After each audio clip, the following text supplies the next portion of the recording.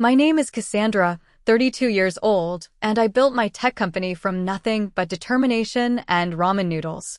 Growing up, my family always treated me like the black sheep, constantly comparing me to my perfect siblings. So when Mom called yesterday to uninvite me from our annual family cruise, her words stung more than they should have. "This cruise is for successful family only," she declared smugly. Little did they know, I had secretly purchased the entire yacht company last year.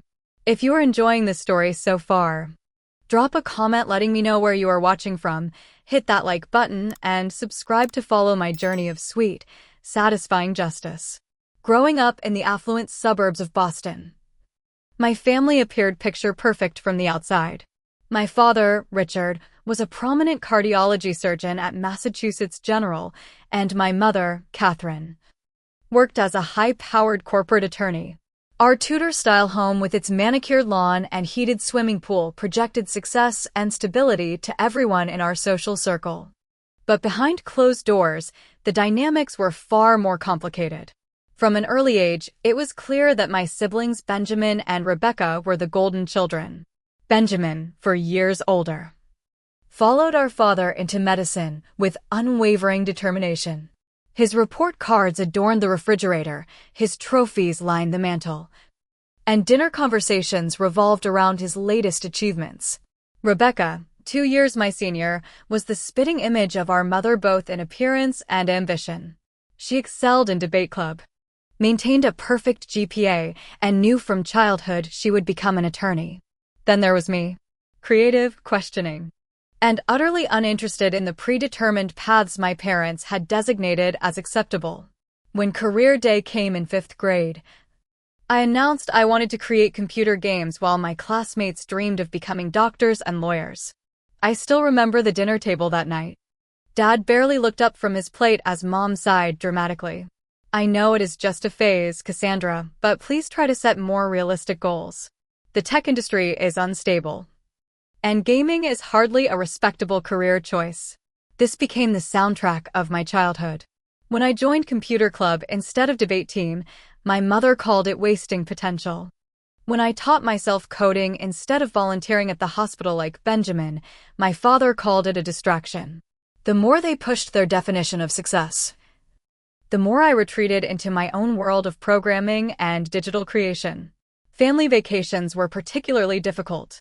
Every summer, we would spend 2 weeks at a resort where my parents could showcase their successful children to other wealthy families. Rebecca would wear designer sundresses and charm everyone with stories about her internship at the courthouse. Benjamin would network with medical professionals, already building connections for his future career. I would sit awkwardly in the corner with my laptop, working on coding projects that my parents would describe as her little computer games to anyone who asked. The pinnacle of exclusion came during my junior year of high school. The family was planning our annual summer trip, this time a Mediterranean cruise. I overheard my mother on the phone with the travel agent. "I need 3 staterooms, not 4. Cassandra will be attending a summer coding camp instead." I had never mentioned wanting to attend a coding camp. When confronted, my mother simply stated, "We thought you would prefer this over the cruise. You never seem to enjoy family activities anyway." The truth was that I was being excluded because that year, several of my parents' friends from medical school and law school would be joining us with their accomplished children. I was not part of the narrative they wanted to present. The only person who ever truly believed in me was my grandfather, William, a self-made businessman who built a manufacturing company from scratch. He recognized the spark in me that my parents dismissed. During mandatory Sunday dinners, he would sit beside me, quietly asking about my latest projects while everyone else discussed Benjamin and Rebecca. I still remember the day he pulled me aside after an especially difficult family dinner where my parents had spent an hour discussing Ivy League options for my siblings, never once asking about my plans. We sat on the porch swing, watching fireflies dance across the lawn. "Cassie girl," he said, using the nickname only he was allowed to use. "You remind me of myself at your age." Everyone told me I was foolish for starting my business instead of taking the safe route. He squeezed my hand. True success is not about fitting into someone else's mold. It is about creating something meaningful on your own terms. When Grandpa William passed away during my freshman year of college, he left me $20,000 with a note that simply read, "For your dreams, not theirs." My parents were baffled by his decision, especially since he left my siblings nominal amounts with no special messages. That money became my seed funding. The day after college graduation, while my parents hosted a party celebrating Benjamin's medical school acceptance and Rebecca's law school scholarship, I packed my car and moved to Seattle. I left behind a note saying I needed to forge my own path. The hardest part was not the disappointment in their eyes, but the relief I saw there too. As if my absence would finally allow them to present the perfect family image they had always wanted. Seattle welcomed me with its perpetual rain and burgeoning tech scene. My $20,000 from Grandpa William would not last long in one of the most expensive cities in America, but I was determined to make every penny count. I rented a tiny studio apartment with a mattress on the floor and a desk I built from discarded wooden pallets. My neighbors were other young tech hopefuls, artists, and dreamers, all chasing their versions of success in the shadow of industry giants like Microsoft and Amazon. Those early days tested everything in me. I survived on instant ramen, peanut butter sandwiches, and the occasional free pizza at networking events. I worked 14-hour days coding my first app, a platform that helped small businesses optimize their inventory systems. The irony was not lost on me that I had created exactly the kind of practical business solution my parents might finally approve of, but I never told them about it. Our communication had dwindled to obligatory holiday calls and the occasional family update email. 8 months after arriving in Seattle, with my savings dwindling to triple digits, I caught my first break. A small local grocery chain agreed to implement my inventory system. The payment was modest, but it validated my concept and gave me a real-world case study. That single client led to 3 more, then 10, then 50 as word spread about the young woman who could streamline operations with elegant, intuitive software. By my 25th birthday, my company QuantumStock had 30 employees and offices overlooking Puget Sound. By 28, we had expanded internationally with clients across North America, Europe, and Asia. The business press began to take notice, with articles about the rising star in business logistics software. I kept a low profile in these features, always focusing on the product rather than my personal story. Success, to me, was about the work and its impact, not about recognition or status. My family remained largely unaware of my true financial situation. During rare visits home for Thanksgiving or Christmas, I would downplay my company, describing it vaguely as doing well enough or growing steadily. My mother would nod distractedly before turning the conversation to Benjamin's flourishing cardiology practice or Rebecca's partnership track at her prestigious law firm. My father would occasionally ask if I was saving for retirement, as if I were still a struggling startup founder rather than the CEO of a company valued at over $200 million. This disconnect between my actual life and my family's perception of it was partly my choice. I had learned long ago that their validation was a moving target I would never hit. But it was also because they never truly asked or showed interest beyond superficial inquiries. They had created a narrative about me as the underachieving child, and that story was comfortable for everyone. 3 years ago, at 29, I made the decision that would unknowingly set the stage for our family cruise confrontation. My company had accumulated significant cash reserves, and my financial advisors suggested diversifying investments. When the opportunity arose to become a major investor in oceanic luxury experiences, a high-end yacht charter company, something resonated deeply within me. Yachting had always held a special place in my heart because of Grandpa William. On my 16th birthday, when my parents had organized a dinner I did not want at a restaurant I did not like, Grandpa had kidnapped me for the afternoon. We drove to the harbor where he had rented a small yacht for a few hours. We sailed along the coast, and for once, I did not feel judged or found wanting. "Remember, Cassie girl, you can chart your own course," he told me as I took the wheel, the wind whipping through my hair. "Some people will always be standing on the shore, too afraid to set sail. Don't let them keep you docked." What began as a passive investment in oceanic luxury experiences quickly evolved. I found myself fascinated by the business, spending weekends learning about yacht specifications, charter logistics, and client experiences. 6 months into my investment, when the founder announced his retirement, I surprised everyone, including myself, by offering to buy the company outright. Oceanic became my second business child, one that connected me to my grandfather's memory while allowing me to build something tangible alongside my software company. I immersed myself in learning every aspect of the business, from engine mechanics to the art of onboard hospitality. I personally tested each yacht in our growing fleet, getting to know the captains and crews, and reimagining the luxury experience from a tech entrepreneur's perspective. The crown jewel of our fleet became the William, named after my grandfather. A 200-foot vessel with every luxury imaginable. I kept a personal suite on board, occasionally using it as a floating office when I needed inspiration. The William was special not just for its amenities, but because I had helped design its renovation, incorporating subtle nods to my grandfather's love of classic nautical aesthetics alongside cutting-edge technology. All the while, my family remained completely unaware of this significant part of my life. They knew I lived in Seattle and ran some kind of computer business. They had no idea that I now controlled 2 successful companies or that my net worth had crossed into 9 figures. I never flaunted wealth when I visited home, driving a rented mid-range car and wearing simple, quality clothing rather than designer labels. Success, as Grandpa William had taught me, was not about showing off, but about the freedom to chart your own course. The stage was now set for an unexpected family reunion on the very yacht that represented my private triumph. A collision of worlds I had kept carefully separated for years. The annual Richardson family gathering had been a tradition since before I was born. Every year, regardless of tensions or busy schedules, the extended family would come together for a week of forced togetherness that my mother orchestrated like a military campaign. As the black sheep who had fled to the opposite coast, I usually received my invitation with a mixture of dread and obligation. 6 months ago, the group email arrived in my inbox with the subject line Richardson Family Reunion 2024 cruise information in my mother's characteristic all caps.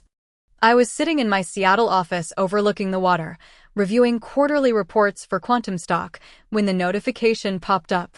I remember taking a deep breath before opening it, bracing myself for the usual emotional gymnastics that family communications required. The email outlined an ambitious plan for a luxury cruise along the Pacific coast, from San Diego to Seattle with stops in major coastal cities. My mother wrote enthusiastically about how this year's gathering would be extra special, a celebration of family achievements. Benjamin had recently been named chief of cardiology at 36. Rebecca had made partner at her law firm at 34. The subtext was clear even before she listed these accomplishments in bullet points. Our family was exceptional, and this cruise would showcase that fact. What caught my attention, however, was the name of the yacht company my mother had booked for this extravagant journey. Oceanic Luxury Experiences. My company. The coincidence made me laugh out loud, startling my assistant who was delivering coffee. I kept reading, my amusement turning to disbelief when I saw which specific vessel they had reserved. The William. My personal yacht. Named after the only family member who had truly believed in me. The irony was almost too perfect to be real. For a moment, I considered immediately revealing my connection to the yacht. I could reply all with, "Funny coincidence, Mom. You just booked my company and my personal yacht for the family cruise. Looking forward to welcoming you aboard." But something held me back. Years of being dismissed and underestimated had taught me that straightforward revelations rarely changed deeply held family narratives. Instead, I simply replied that I would attend, marking the dates in my calendar and forwarding the email to my assistant to ensure no business conflicts.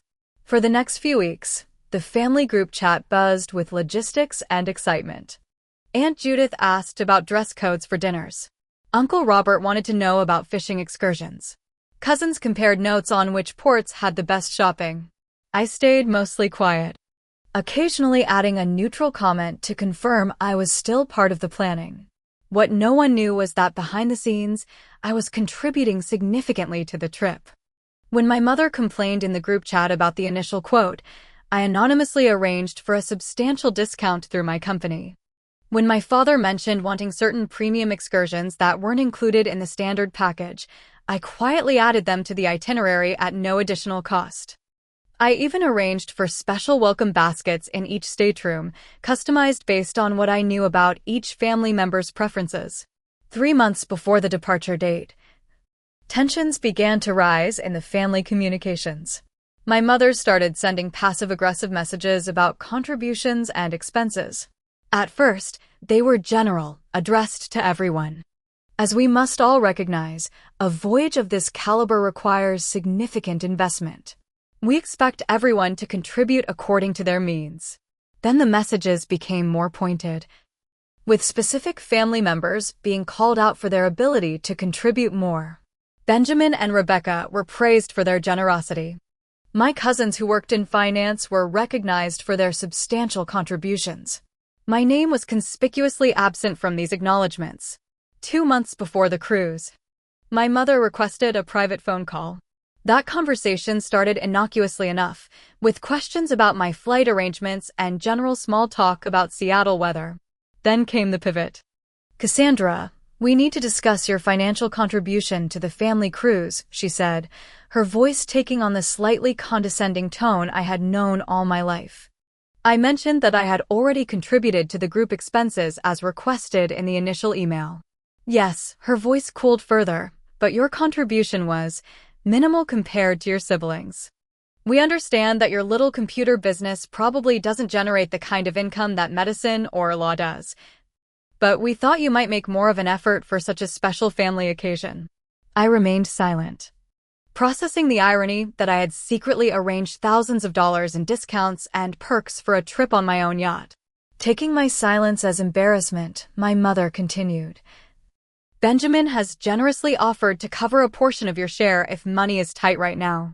The conversation deteriorated from there, with subtle digs about my career choices, my absence from family events, and my apparent lack of the Richardson drive for excellence. I mostly listened, responding with non-committal phrases like "I understand" or "I see," the same techniques I had used to survive family dynamics my entire life. The final blow came just 3 weeks before the scheduled departure. I was in the middle of a board meeting when my phone lit up with my mother's name. I excused myself, stepping into the hallway to take the call. "Cassandra, I think we need to discuss the family cruise arrangements," she began, her voice artificially pleasant. "Is there a problem?" I asked, already sensing where this was heading. "Well, yes. Your father and I have been talking, and we feel that perhaps this year's reunion might be difficult for you to attend." My heart sank. Not from surprise, but from the realization that no matter what I achieved, some patterns never changed. "Why would it be difficult?" Her voice turned brittle. "This cruise is meant to be a celebration of family achievements, Cassandra. Benjamin has his new position, Rebecca made partner, your cousins are all doing so well in their careers." She paused, the silence more cutting than her words. "We just worry that you might feel out of place among all this success." I gripped the phone tighter. "Are you uninviting me from the family cruise?" "Not uninviting," she backpedaled slightly. "Just suggesting that perhaps this year, with the expense and the nature of the celebration, it might be better if you sat this one out." She cleared her throat. "This cruise is for successful family only, Cassandra. We're highlighting the Richardson legacy of excellence." In that moment, 32 years of diminishment crystallized into perfect clarity. I thanked her for her honesty, ended the call, and returned to my board meeting without showing a hint of the emotional earthquake that had just occurred. The tech industry had taught me to keep my composure under pressure, a skill that served me well in that moment. Later that day, I received brief texts from both Benjamin and Rebecca. They expressed vague regret about the situation, but offered no real protest against my exclusion. Their loyalty, as always, remained with our parents' vision of family success rather than with their sister. That evening, alone in my penthouse overlooking the Seattle skyline, I made a decision. I would attend the family cruise after all, but on my own terms. The time had come to reveal exactly who owned the William, and with it, the true measure of the success I had built far from the limiting confines of the Richardson family expectations. After my mother's call, I stood on my penthouse balcony watching Seattle lights shimmer across Elliott Bay, the city that had embraced me when my family had not lay spread before me like a constellation of possibilities. Despite everything I had achieved, her words echoed painfully. This cruise is for successful family only. The exclusion shouldn't have hurt after all these years of conditional acceptance. Yet somehow, at 32, I still harbored the secret hope that my family might eventually see me for who I truly was. I poured myself a glass of the expensive scotch I kept for special occasions and dialed the one person who would understand without judgment. Madison answered on the second ring. Her voice, familiar and grounding, immediately sensed something was wrong. Madison had been my first friend in Seattle, a graphic designer who had created Quantum Stock's logo in exchange for my help with her website. Over 8 years, she had become the sister my biological one never managed to be. "Can you believe they uninvited me from the family cruise?" I asked after explaining the situation. "The same cruise that's happening on Yacht?" Madison was silent for a moment before bursting into laughter. "I'm sorry, Cass, but you have to appreciate the cosmic joke here. They're literally excluding you from your own property." Her laughter broke the tension, allowing me to see beyond the hurt to the absurdity of the situation. We spent the next hour discussing options.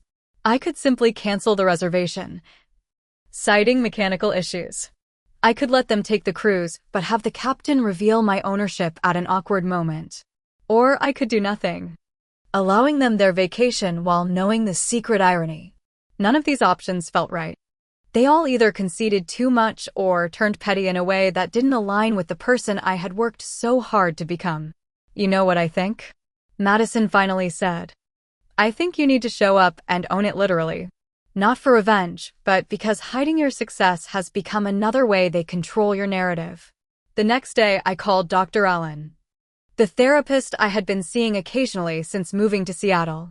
Unlike my regular business meetings, this was one appointment I couldn't reschedule.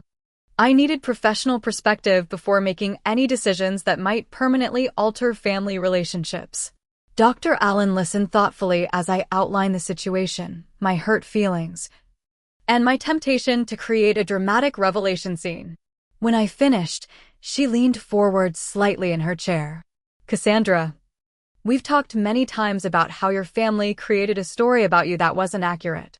But I've noticed that you've participated in maintaining that fiction by hiding your true success. Have you considered why?" Her question hit with uncomfortable precision. Why had I downplayed my achievements for so long? Was it habit? Fear of rejection? Or something deeper? I think I began slowly. Working through my thoughts, part of me believed that if they knew how successful I was, but still didn't accept me, then I'd have to finally accept that nothing I do will ever be enough. Dr. Allen nodded.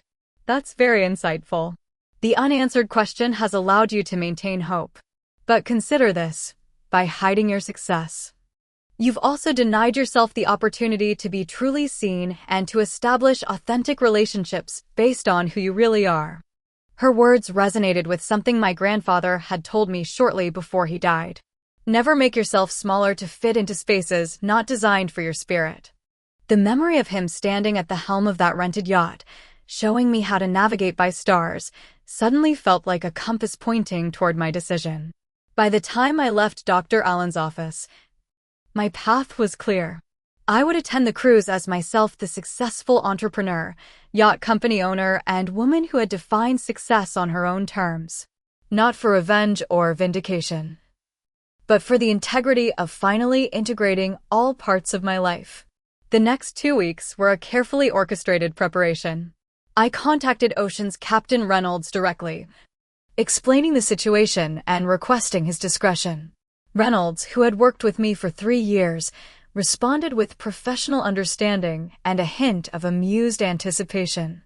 We arranged that the crew would maintain normal protocol, giving no indication of my ownership until I revealed it myself.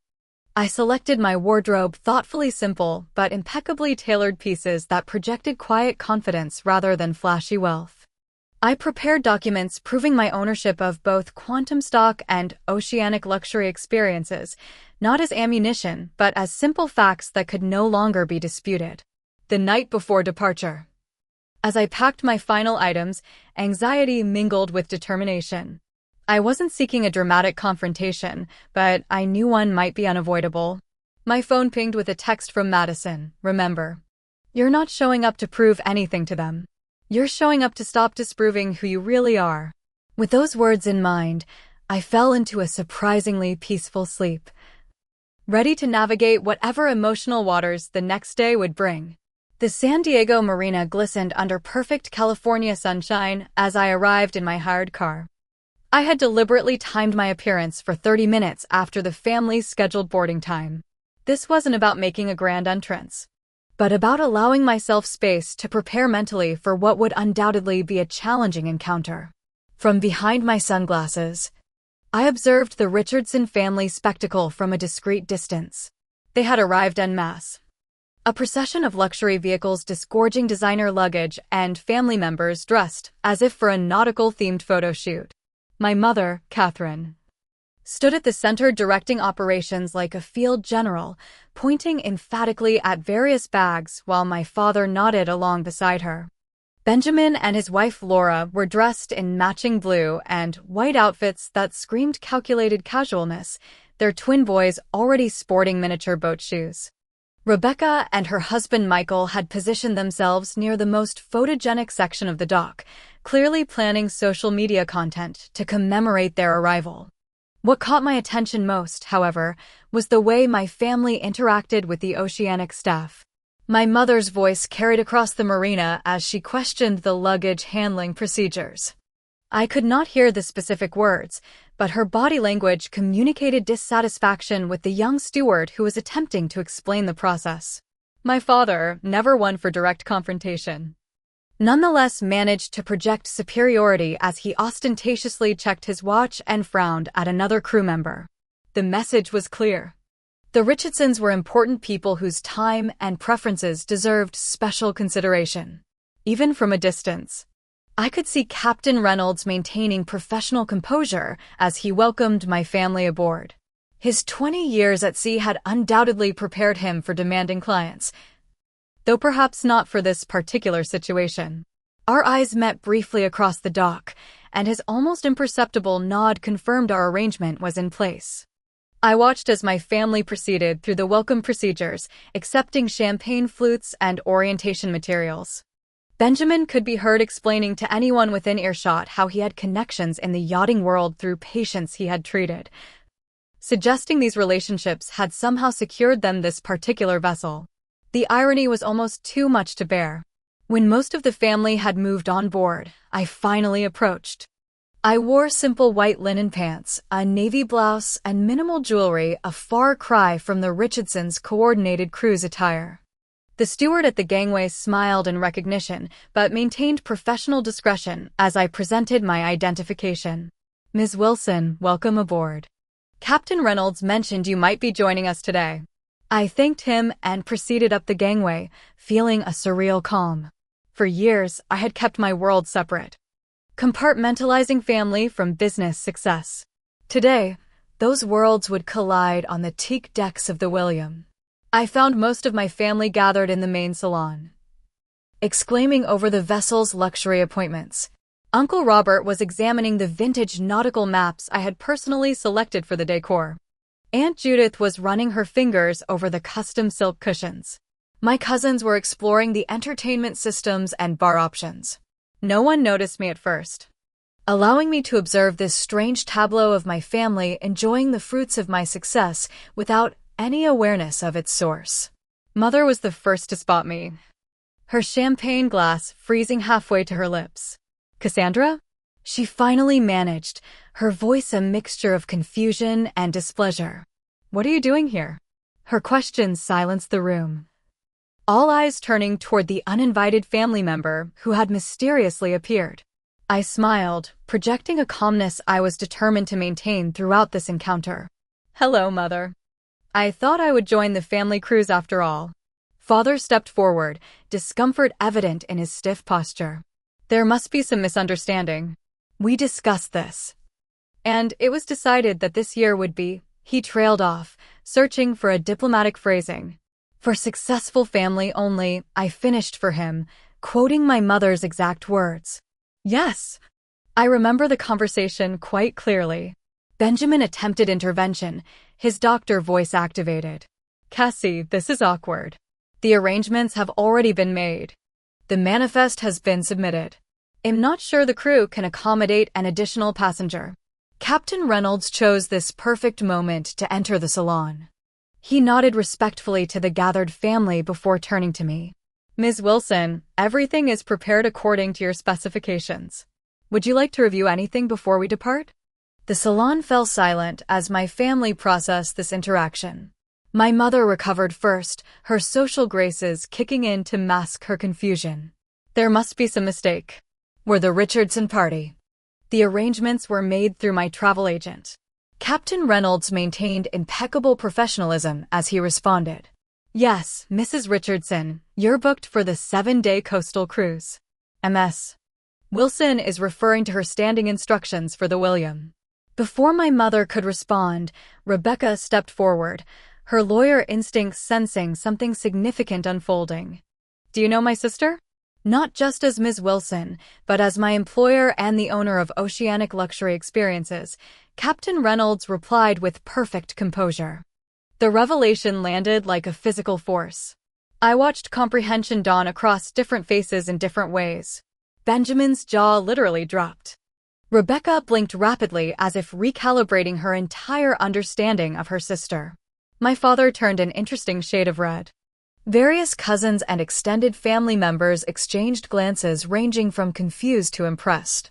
My mother alone seemed unable to process this information. There's obviously a misunderstanding. She insisted, her voice rising slightly.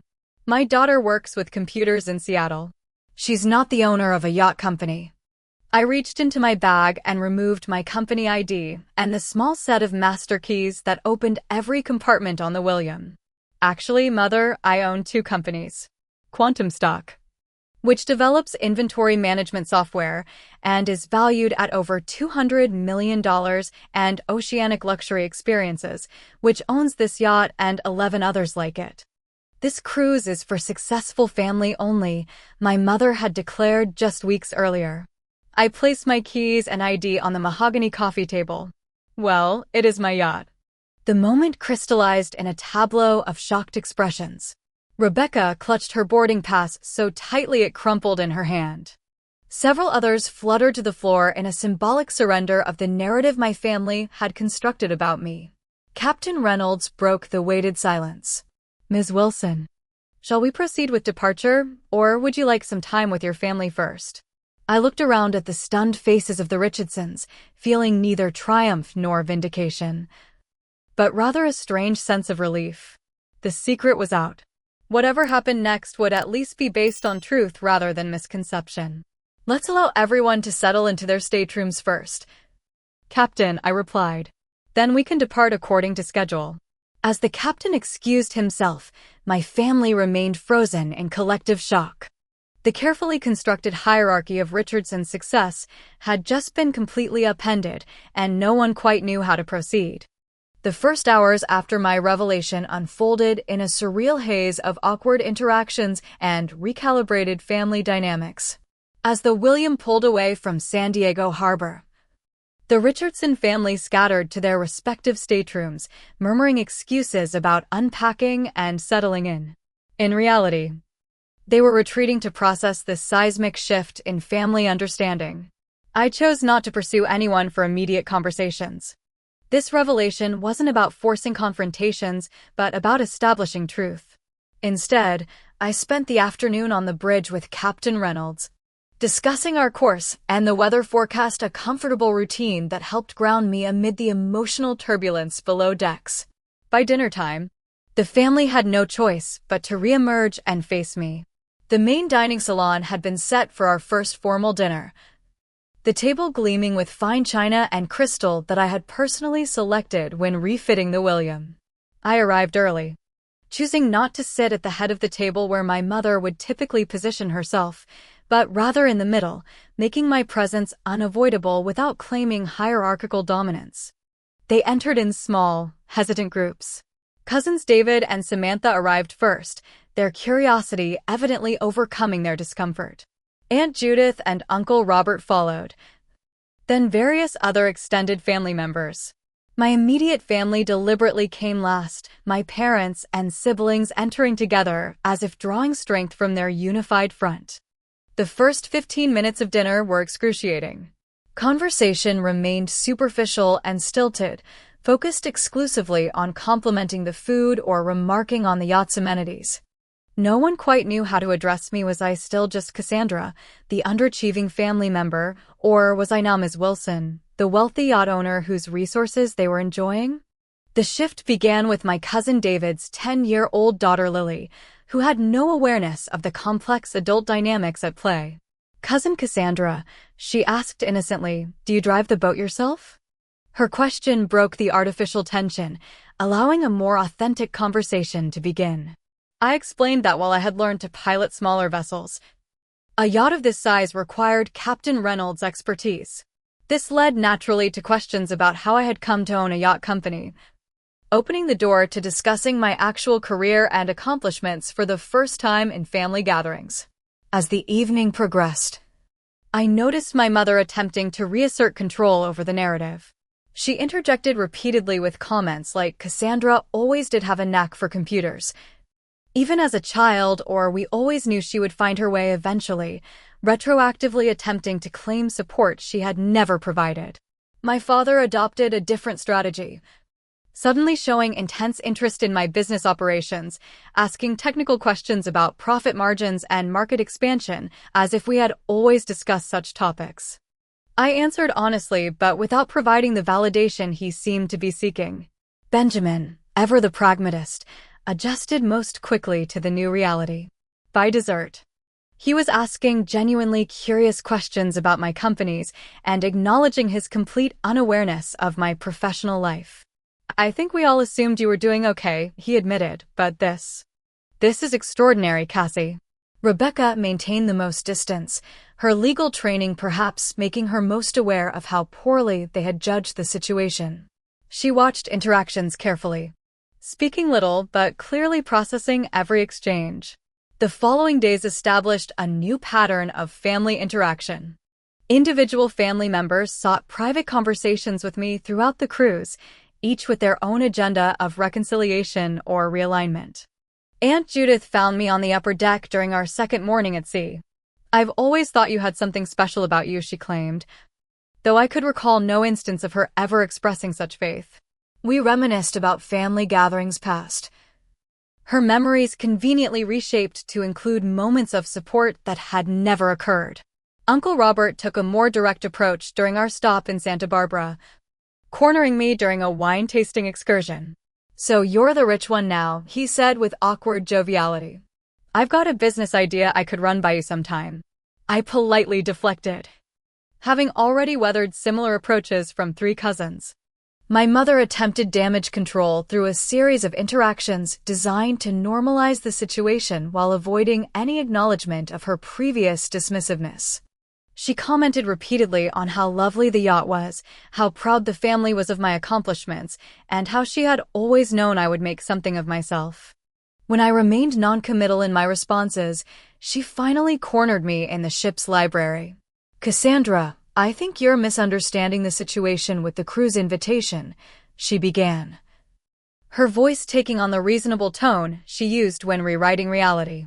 "We were simply concerned that you might feel uncomfortable among discussions of business success, not realizing you'd made such strides yourself. It was consideration for your feelings, not exclusion." I looked at her directly, neither accepting nor challenging her revision. The truth stood between us, undeniable despite her attempts to reshape it. In that moment, I realized that my need for her acknowledgement had finally, mercifully, begun to fade. My father sought me out as we sailed past Big Sur, finding me alone watching the rugged coastline. He stood beside me at the railing, uncharacteristically quiet, before finally speaking. I never understood what you were building out there in Seattle, he admitted, surprising me with his candor. Medicine made sense to me. Law made sense. But tech always seemed intangible somehow. He gestured at the William around us. But this is certainly tangible evidence of success. It wasn't quite an apology, but it was perhaps the most honest conversation we'd had in decades. Benjamin approached me next morning, suggesting a private breakfast on the aft deck. Of all my immediate family, his attempt at reconciliation felt most genuine. I was jealous of you, he confessed over coffee, catching me completely off guard. You had the courage to completely ignore the Richardson family roadmap. I followed every step of the path laid out for me and am successful by conventional standards, but sometimes I wonder if I ever made a single choice that was truly mine. His vulnerability opened space for our first authentic conversation as adults. We talked about the weight of family expectations, the different kinds of pressure we had each experienced, and the possibility of a relationship based on who we actually were rather than the roles we had been assigned. Rebecca was the last to seek me out, waiting until our final evening at sea as we approached Seattle.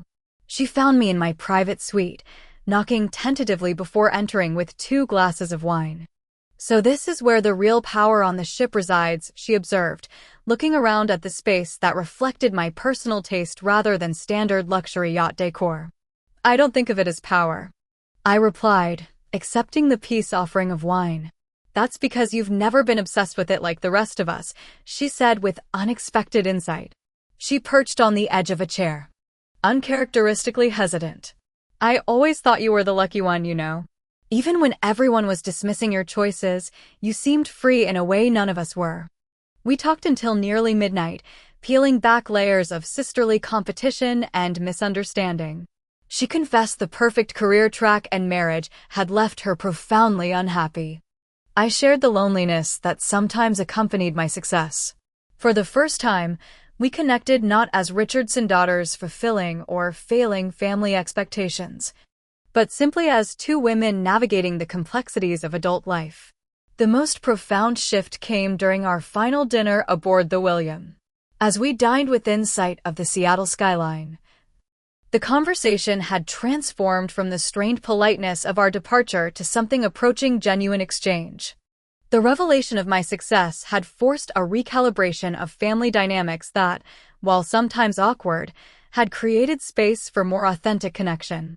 Looking around the table, I realized that the cruise had accomplished exactly what family gatherings should, but rarely did it had allowed us to see each other more clearly, beyond the rigid roles and narratives that had constrained us for decades.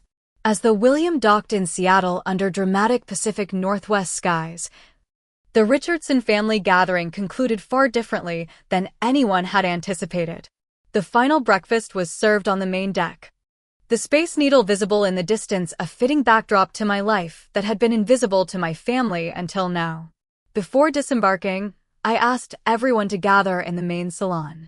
Standing before my assembled relatives, I felt a sense of calm purpose rather than the vindication I might have expected.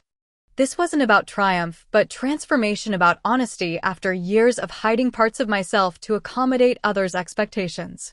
I want to thank you all for joining me on this cruise, I began, acknowledging the irony with a slight smile. Obviously, this week has contained some surprises for everyone, myself included.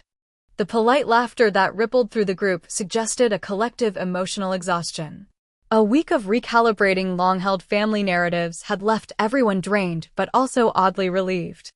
Growing up, I always felt I was being measured against a definition of success I hadn't helped create, I continued. I left home thinking the only way to find my path was to separate it completely from the family story. In doing so, I built something I'm proud of. But I also maintained the disconnect that began in childhood. My mother shifted uncomfortably in her seat, but remained silent, a notable change from her usual need to control family discussions. What I've learned through building my companies is that success isn't about titles, possessions, or even recognition, I said, looking around at the family members who had spent decades prioritizing exactly those external markers. True success comes from creating something meaningful on your own terms, something that reflects your values and vision. I paused, remembering Grandpa Williams' words about charting your own course. Success also means having the courage to be seen accurately, not hiding your light to make others comfortable, and not expecting validation from those who may never be able to provide it. Benjamin nodded slightly. Our earlier conversation about authentic choices clearly resonating. Rebecca met my eyes with newfound respect, perhaps recognizing the strength it had taken to forge a path so different from the one prescribed. As we all go our separate ways today, I hope we can begin building family connections based on who we actually are, not who we think we should be or who others expect us to be. The William is always available for future gatherings if you're interested, but perhaps with more honesty and less performance next time. The family dispersed after breakfast. Departures staggered throughout the morning. Each goodbye contained its own particular energy, some warmly genuine, others still awkward with unresolved tension. My parents were among the last to leave, creating a final moment that encapsulated our complicated relationship. This yacht is quite impressive, Cassandra, my father offered, still focusing on the tangible evidence of success rather than the person before him. My mother attempted one final revision of history. We've always believed in you, you know, in your own unique way. Rather than challenging her statement, I simply accepted the moment for what it was: an imperfect ending to an imperfect gathering, but perhaps the beginning of more authentic family connections. In the months that followed, the ripple effects of the cruise revelation continued to reshape family relationships. Some connections strengthened, while others remained superficial but with clearer boundaries. I maintained more regular contact with Benjamin, our conversations increasingly genuine as we navigated a new adult sibling relationship. Rebecca and I began a tentative friendship based on mutual respect rather than competition. My parents proved less adaptable.